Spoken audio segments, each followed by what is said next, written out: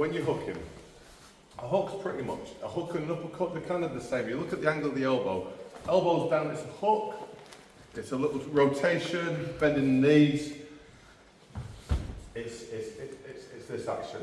But if the elbow's up this way, it's the same mechanics, but the elbow's making it into a hook, a bit higher, becomes an overhand. So it's kind of our natural punches, we've got an overhand, a hook, an uppercut. And I suppose you've got your variations in between. You know, they're not textbook.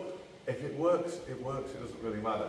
But when we start to think about a hook, a goal, it's a tactic that we want, is when we attack, we defend. So if I'm throwing this, I'm in here, boom, I've got this right hook.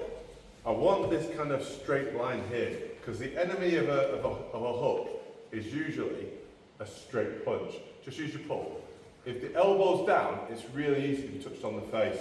If it's got that 90 degrees, it's there.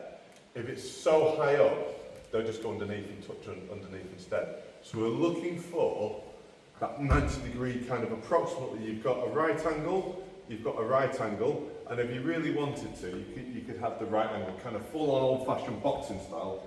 You've got the right angle on the foot as well. So there's lots of right angles in this. You don't have to do a right angle, like I said, but the tactic is, what can you do when you attack to defend at the same time? With the chin relaxed in, shoulders slightly up. If you turn the thumb down a little bit, does it help push the knuckles forward a bit? Have you turned the foot? Is the non-striking hand here? Is it here? Is it here? Just tactically, what can you do? And when you're looking at it, I suppose from a probability point of view, the most common things when you're throwing a left hook, you're probably going to get a hook back or a straight punch back. So you've got to do your best to position your hand to allow for it. Nothing's coming to your back of your head, nothing's coming down here. It's usually coming around in here.